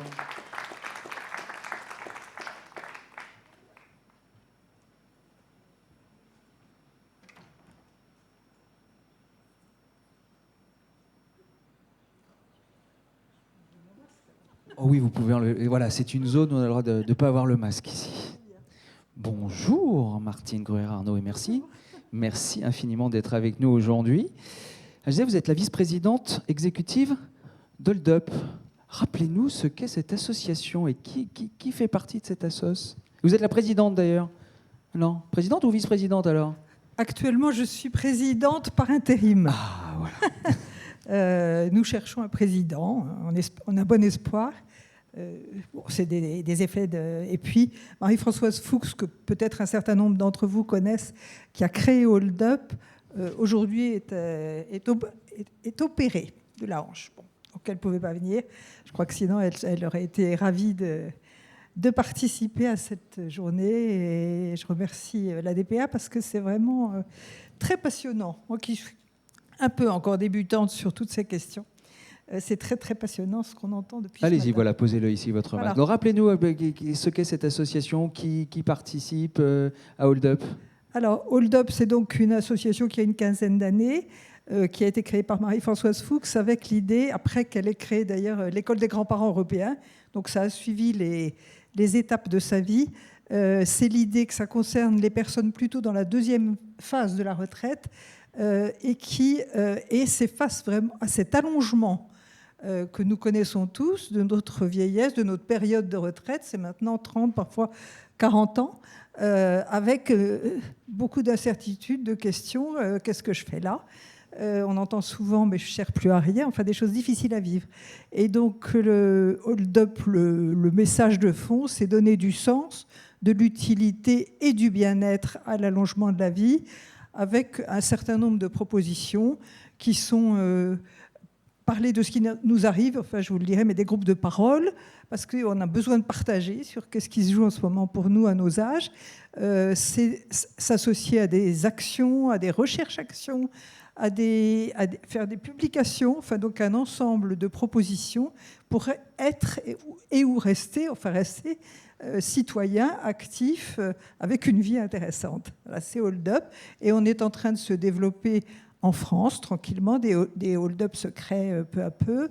On est représenté dans les instances européennes et jusqu'à peu, on l'était à l'ONU, même si on n'est pas très nombreux. D'accord, formidable. Alors, pendant le confinement, vous avez décidé de lancer une grande enquête nationale auprès des vieux. C'est vous qui utilisez le terme de vieux, pour les interroger sur ce qui leur arrivait pendant la crise, comment ils s'occupaient, comment ils voyaient leur avenir. Cette enquête nationale a été menée avec un bureau d'études, donc les gens ont pu répondre soit en ligne, soit grâce à un numéro vert, et vous avez donc obtenu, et c'est le titre de la séquence, 5385 réponses. C'est une enquête que vous avez complétée ensuite avec des groupes de parole, des interviews, voilà. Et on va découvrir avec vous les résultats de cette enquête. Voilà. Donc effectivement, un succès un peu inattendu pour nous. On avait commencé tout petit à l'intérieur de l'association et très vite on s'est dit c'est pas possible. Essayons le national. Et d'ailleurs c'est la Fondation de France qui nous a donné les moyens de lancer une enquête nationale.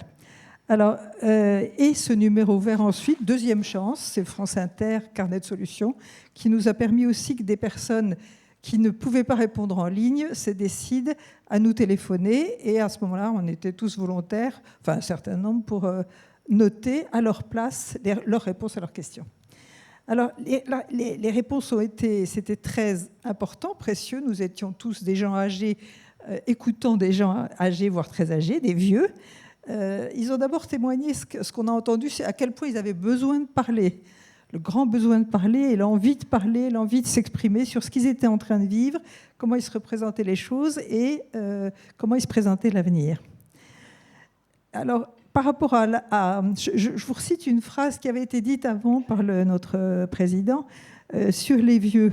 On disait, avant cette crise, tout se passe comme si l'aîné était méconnu, invisible, ou considéré comme un objet d'assistance ou de commisération, voire comme un parasite, comme s'il était devenu un sous-adulte. Ça, c'était la façon dont il présentait, et nous nous sentions souvent en tant que vieux. Et voilà que la crise sanitaire, ça a été dit ce matin d'ailleurs, a subitement mis les vieux en lumière, mais avec un phare très très particulier. Donc beaucoup de personnes, à travers tout ce qui s'est dit et se disait à ce moment-là par les experts, du type nous serions, nous les vieux, des gens vulnérables, isolés, déphasés. Tout ça, ça a été remis en question, en particulier par ce que nous avons entendu et lu au cours de cette enquête. Alors, je vous donne d'abord, dans un premier temps, ce qu'on a entendu, ce qu'on a découvert. Dans un deuxième temps, ce que eux, les vieux, ce qu'ils nous ont renvoyé. Et dans un troisième temps, quelles sont nos propositions. Donc, ce qu'on a entendu, c'est qu'une grande majorité, une très grande majorité des personnes donc, qui avaient de 65 à 90 ans, elles prenaient très au sérieux la crise, la contagion, et de même que la crise sanitaire. On a eu très très peu de personnes disant ça m'est égal. Elles étaient plutôt inquiètes, mais pour beaucoup d'entre elles, plus inquiètes pour les autres que pour eux-mêmes. Ça nous a aussi intéressés. Les petits-enfants, les enfants, inquiets pour les conjoints quand c'était des aidants, enfin voilà, quand c'était un couple et qui était en difficulté, inquiets pour les voisins, inquiets pour les personnes hospitalisées. Et puis, progressivement dans le temps, ils se sont préoccupés aussi évidemment des étudiants ou de ceux qui étaient en perte d'emploi. L'isolement a été dit, il a été plutôt bien vécu, donc on avait quand même une population, disons, cadre moyen, profession intermédiaire. Puisque c'était au départ on a fait comme on pouvait, hein, notre réseau au sens très très large, puisque tous les départements, on a eu des réponses de toute la France, et même des dom-toms. Donc, sur le plan physique et matériel, ça allait plutôt pas mal. 95% des répondants se sont déclarés autonomes dans la réalisation des actes quotidiens. Et je vous rappelle, parce qu'on le rappelle souvent à Hold Up, là je reprends une citation du professeur Françoise Forette qui date de juin 2021, seulement 8% de la population de plus de 60 ans est dépendante. Je trouve que c'est important de le dire parce qu'il y a toujours un risque de confusion entre l'autonomie, la perte d'autonomie et la dépendance. On peut être dépendant et être tout à fait autonome du point de vue de sa tête, de ses choix et de la façon dont on veut ou pas vivre. Et c'est très important de le dire parce qu'il y a des amalgames qui sont très négatifs pour les vieux que nous sommes. Alors, qu'est-ce qui leur a manqué dans cet isolement forcé ? C'est l'aspect social. C'est l'aspect social, l'aspect affectif, c'est les relations, c'est le être en présence. La distance était souvent très mal vécue, enfin difficile à vivre. Et puis, le deuxième aspect, c'était le manque d'activité. Parce que beaucoup d'entre eux, comme ce qu'on a entendu ici, étaient des bénévoles à droite à gauche, ou bien participaient à des ateliers, des chorales ou autres. Et tout ça, c'était le deuxième manque. Quel bénéfice ? Il y a eu vraiment, ça nous a été dit, des bénéfices non négligeables qu'ils ont trouvés dans cet isolement. D'abord, des nouveaux rapports au temps. Le temps, au lieu de... Certains nous ont dit « je ne cours plus ». Maintenant, je prends le temps et je découvre que c'est agréable. Une redécouverte aussi de eux-mêmes, de réflexion sur eux-mêmes, de réflexion de qui suis-je, voilà, des réflexions des relations avec les autres, une réflexion aussi sur le monde, donc une ouverture différente de ce qu'ils avaient d'habitude, une reprise d'activité artistique ou intellectuelle. Je lis. Il y en a beaucoup qui lisaient, d'autres qui ont repris de la musique ou autre. La réorganisation de leur espace, rangé, enfin, ça nous a été dit. Et certains sont comme ça, nous ont dit être passés du faire, F-A-I-R-E, à l'être. Donc ils ont trouvé quelque chose en eux qui était un enrichissement.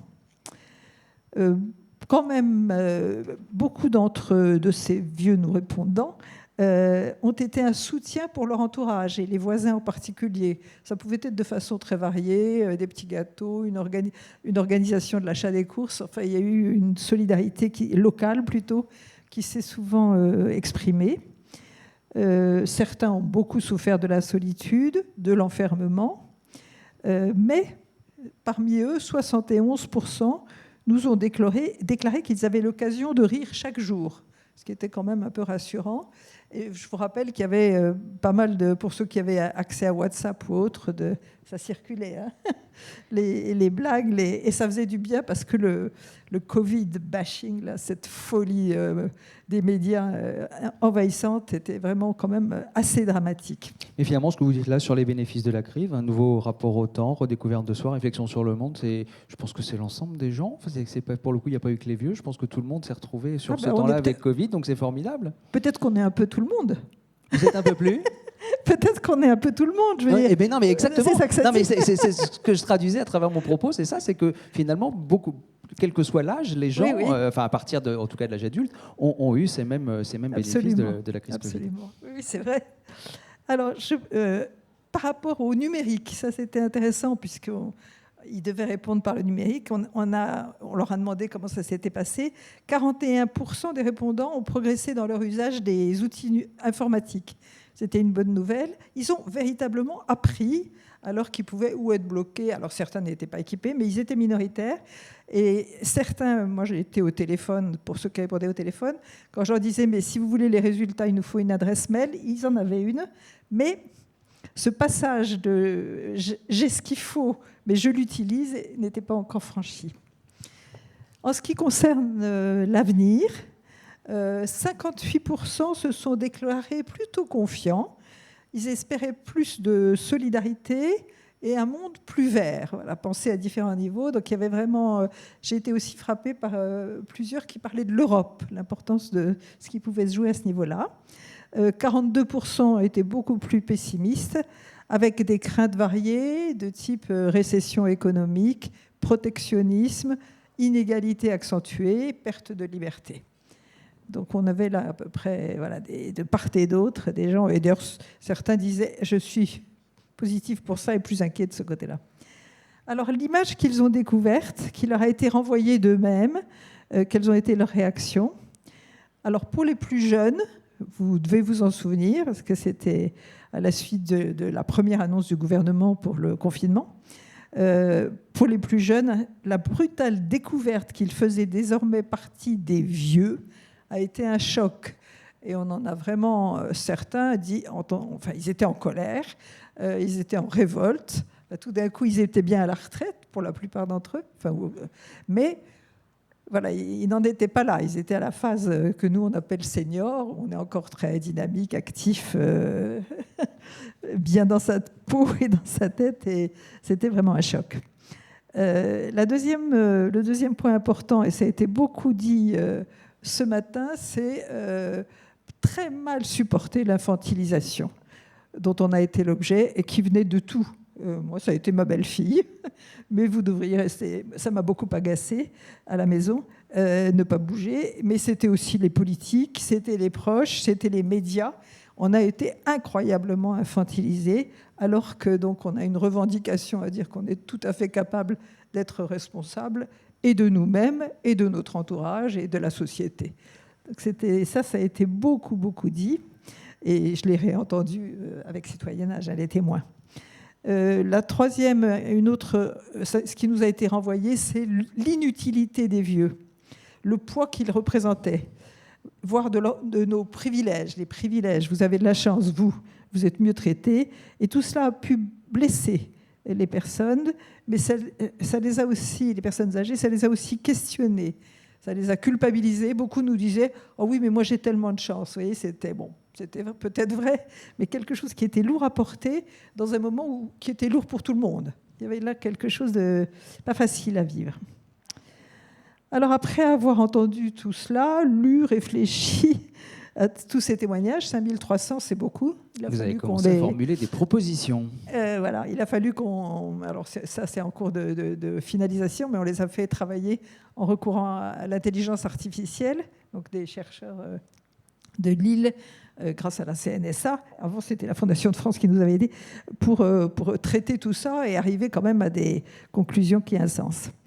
Alors, quel message nous paraissent importants et à dire surtout à vous qui êtes ici, les professionnels, les responsables qui nous accueillaient ou qui allaient nous accueillir et soigner. Et aussi, on veut parler aux politiques, pour ceux qui font les lois, tel monsieur Libaud, qui était très passionnant. Alors, la première chose, il faut absolument, et peut-être l'essentiel, c'est qu'il y ait un changement de regard sur les vieux et donc un changement aussi de leur place dans la société. Alors, on a là 3 points qui nous paraissent importants. Le premier, c'est qu'il faut, alors ça c'est vraiment peut-être hold-up, on est là très porteur, il faut que les vieux changent de regard sur eux-mêmes. Donc nous leur suggérons, d'ailleurs quand on est vieux, quand on nous demande mais quelle est la condition, ce n'est pas une condition d'âge, c'est une condition d'accepter le fait qu'on est vieux, qu'on est du nous et on n'est pas de eux et nous. Vous voyez, c'est très différent. Et j'ai eu une fois une dame qui était un peu revendicatrice et qui m'a demandé quelle était cette condition. Elle avait les cheveux blancs, elle avait un bras cassé. Et je lui ai dit, il faut que vous acceptiez le fait que vous êtes vieille. Elle m'a dit, ah non, ça jamais. Et elle est partie en courant. Donc c'est dire que voilà, c'est pas si évident. Et je pense souvent, parce que quand je travaillais à la Fondation de France, on a eu des repas avec des députés, des sénateurs, qui étaient souvent vieux. On parlait du thème de la vieillesse, mais ils n'étaient jamais vieux eux-mêmes. Ils ne se sentaient pas concernés. Ils étaient sénateurs. Non, mais il y a quelque chose d'important dans ce jeu de qui suis-je, de quoi suis-je porteur, et qui peut avoir un impact non négligeable. Donc la première chose, c'est qu'à contre-courant de ce qu'on dit en général de la société, je pense au journal Notre Temps, que j'aime beaucoup, mais qui me scandalise parce que c'est pour les vieux, mais la couverture, c'est une femme de 45 ou 50 ans. Donc accepter sa vieillesse en étant lucide sur soi-même. Changer son regard sur soi, c'est aussi changer la représentation qu'on a de nous-mêmes et de nos pères, c'est-à-dire accepter aussi, pas être seulement pour nous, mais les vieux autour de nous. Ne pas hésiter à rester sur le devant de la scène, à s'exprimer lorsque nous le jugeons nécessaire. Et là, bravo citoyennage, travail magnifique. Éviter l'isolement en partageant des projets avec des pairs ou tout autre. Et enfin, rester, ou peut-être parfois devenir, autant que possible, des citoyens actifs et créatifs. Voilà. Et juste pour vous dire à Hold Up, donc nous avons ces groupes de parole, et je me rappelle d'une dame qui nous a dit un jour, quand je suis arrivée, j'avais honte d'être vieille, et maintenant j'en suis fière. Il faut en parler, c'est pas facile, hein. Je pense que ceux qui sont concernés le savent ici, d'accepter qu'on est vieux.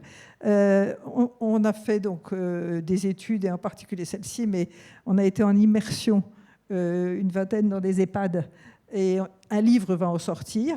On était aidés par un bureau d'études, mais pour essayer de poser des questions qui nous paraissent importantes, nous en tant que vieux, écoutant ceux qui étaient en EHPAD et puis concernés très directement ou à moyen terme. Voilà. Alors, donc le premier point, c'est que les vieux changent le regard sur eux-mêmes. Le deuxième, ce que nous souhaitons, c'est que les autres changent leur regard sur nous, qu'il s'agisse des proches, des membres de nos familles, des soignants et des médias.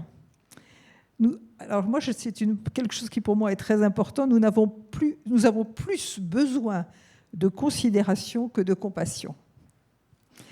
Et ce qui a été dit beaucoup ce matin, nous ne sommes pas des objets, mais des sujets riches d'une certaine expérience. On a quand même notre âge, on a vécu des choses, et peut-être que quelquefois, ça peut rendre service.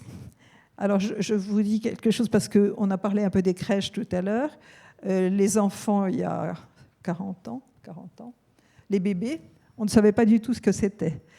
Juste un mot, parce que dans les crèches, pour ceux qui l'ont vécu, on mettait les enfants, les parents déshabillaient complètement les enfants, les passaient par un guichet, et ils étaient rhabillés de l'autre côté. Et la crèche, c'était purement sanitaire. J'y ai travaillé en tant que psychologue, c'était purement sanitaire, les bébés, c'était pas méchant, mais c'était hygiène. L'hygiène, on les changeait à telle heure, on leur donnait le biberon à telle heure.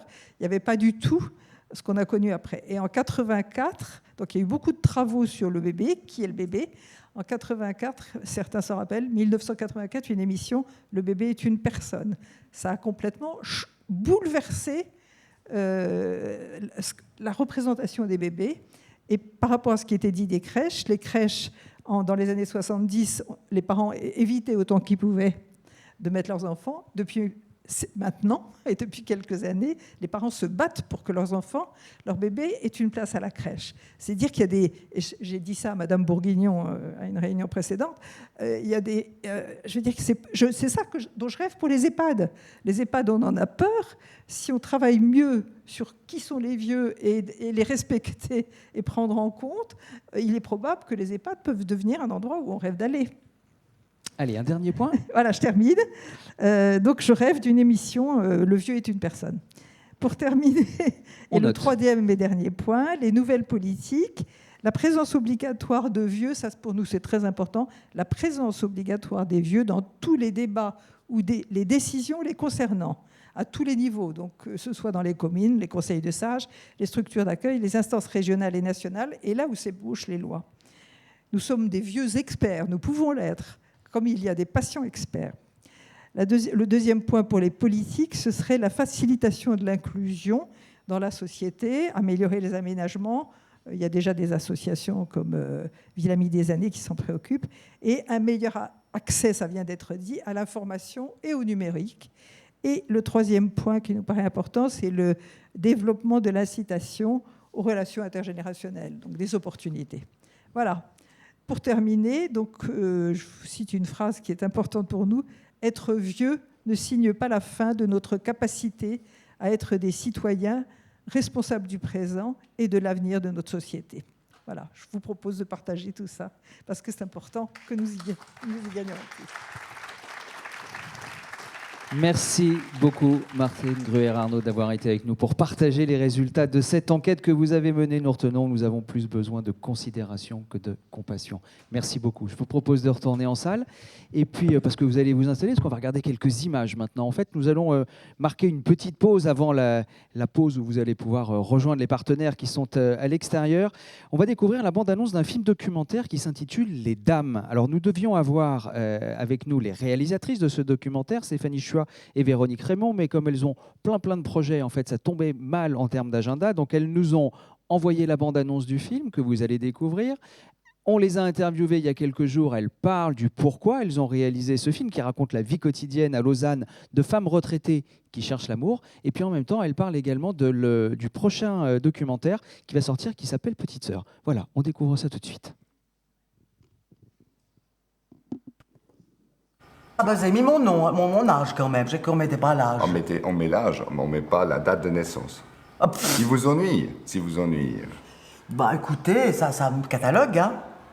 On avait dit retraité, nous. Ce qui manque le plus, c'est la tendresse, quoi.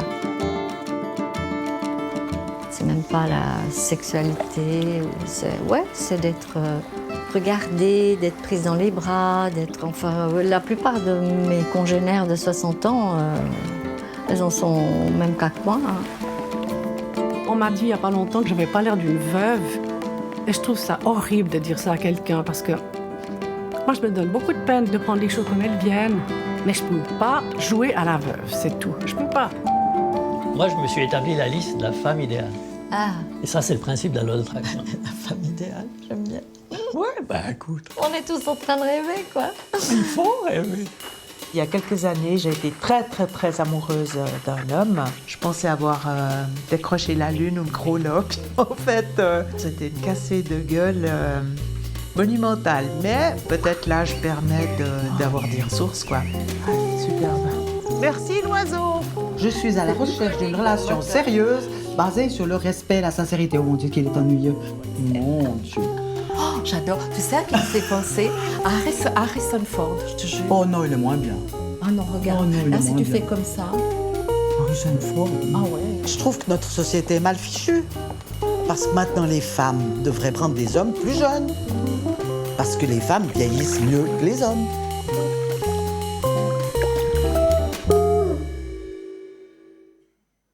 Bonjour, je suis Stéphanie Chua. Bonjour, je suis Véronique Raymond. Nous sommes deux réalisatrices de Lausanne, en Suisse. Et nous avons donc fait ce film Les Dames, qui est un film documentaire qui suit 5 femmes seules, célibataires, veuves ou divorcées, seniors, pendant une année. Pourquoi avons-nous fait ce film ?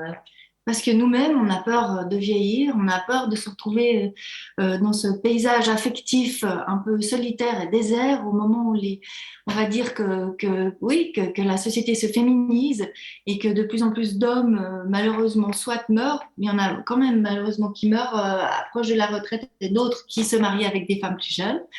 Et c'était vraiment une perspective qui nous angoissait. On s'est dit, pourquoi ne pas aller explorer en fait cette tranche de vie avec des femmes de passé 65 ans, seules, célibataires, veuves ou divorcées, et qui ont envie que leur vie change d'une façon ou d'une autre, et qui vont vraiment aller explorer, on va dire, même leurs failles, leurs zones fragiles. Et elles nous ont fait un cadeau incroyable de nous parler de leur intimité. Et on a vraiment passé une année assez exceptionnelle en leur compagnie. Et c'est un peu le fruit de cette année. Et ça nous a aidés à avoir moins peur de vieillir réellement. Et je pense que la chose qu'on a vraiment apprise de cette expérience, c'est de garder une souplesse quelles que soient les années. Et pour ceux qui verront le film, il y a un personnage, le personnage de Marion, qui vraiment est la plus âgée de toutes et qui est celle qui est la plus souple, la plus flexible. Et moi, j'ai énormément appris que même si le corps peut-être se rigidifie, l'esprit a tendance à suivre, mais il faut vraiment se battre contre ça parce que la vie a toujours des choses magnifiques à nous offrir, quel que soit notre âge. Donc ce film est sorti en 2018 en Suisse, en salle, a eu un très joli succès. Et puis la sortie française qui devait avoir lieu l'année dernière, alors s'est transformée en sortie online, mais il est possible que le film ressorte en salle en novembre ou décembre de cette année, ou peut-être en début d'année prochaine. Donc ce film s'appelle Les Dames, de Stéphanie Chua et Véronique Raymond, alors ouvrez l'œil. Et puis on voulait justement vous parler du film qui sort en ce moment à Paris, dans les salles en France et à Paris. Et c'est donc Petite Sœur, Schwesterlein, mais Petite Sœur en français, qui parle d'une autre thématique, qui parle, on va dire, de la thématique du proche aidant dans la famille. Et c'est aussi une thématique qui est universelle, qui peut toucher tous les âges. Comment on fait lorsque quelqu'un qu'on aime profondément, son frère, sa mère, son père, sa sœur, est gravement malade et qu'on l'accompagne dans la maladie et qu'il faut essayer de soi-même ne pas s'y perdre complètement, garder son identité, tenir bon, et on se dit ne t'épuise pas à aider l'autre. Et c'est un peu l'histoire de nos deux jumeaux qui ont une quarantaine d'années les deux. Et ils viennent d'un milieu, donc ils viennent du théâtre, l'un et l'autre. Elle est écrivain, elle a cessé d'écrire. Lui, il est acteur très connu et il ne peut plus jouer parce qu'il est malade. Et elle est complètement dévouée à son frère, elle en oublie sa famille, elle néglige absolument tout. Et c'est vraiment cette relation très très forte entre ces deux êtres qui s'aiment et qui en même temps savent qu'ils vont se séparer. Donc le film sort le 6 octobre en salle.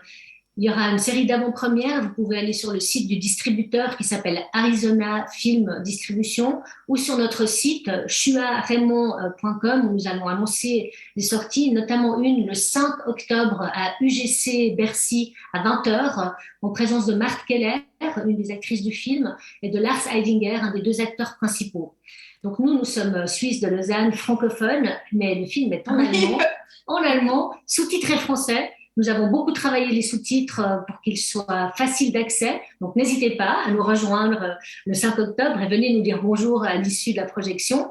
Et donc, on vous laisse avec la bande-annonce du film Schwesterlein, Petite Sœur. À bientôt peut-être. À bientôt.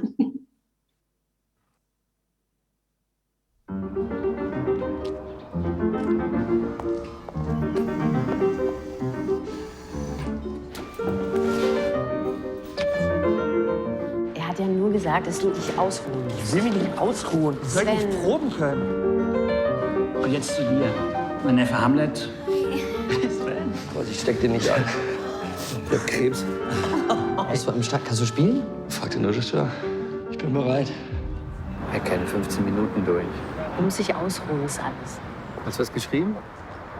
Wenn's gut ist, nehme ich's. Ich hab im Moment nichts.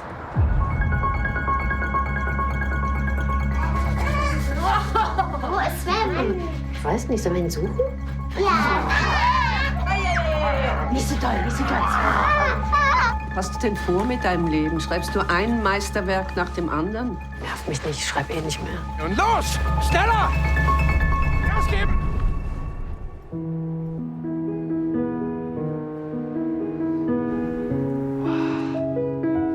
30 Sekunden unter der Zunge lassen und dann kannst du es runterschlucken. Da ist ja Alkohol drin. Prost.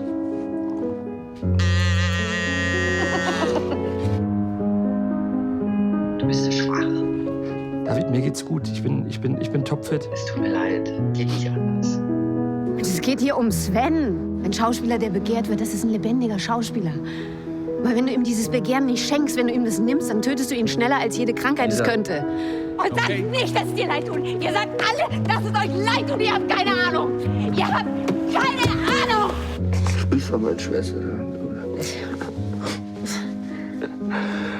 2 Minuten nach mir zurechtgekommen ist. Du hast recht.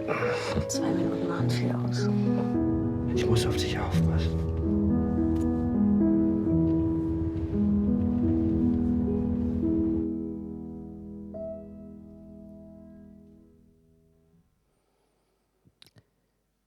Voilà donc pour ces bandes annonces, Petite Sœur, film donc qui s'intéresse au rôle des aidants. C'est sur les écrans à partir du 6 octobre et l'avant-première, vous l'avez noté, c'est le 5 octobre à l'UGC Bercy à partir de 20h. Et pour celles et ceux qui voudraient revoir Les Dames, donc et ce documentaire, a priori vous pouvez peut-être le trouver sur Internet.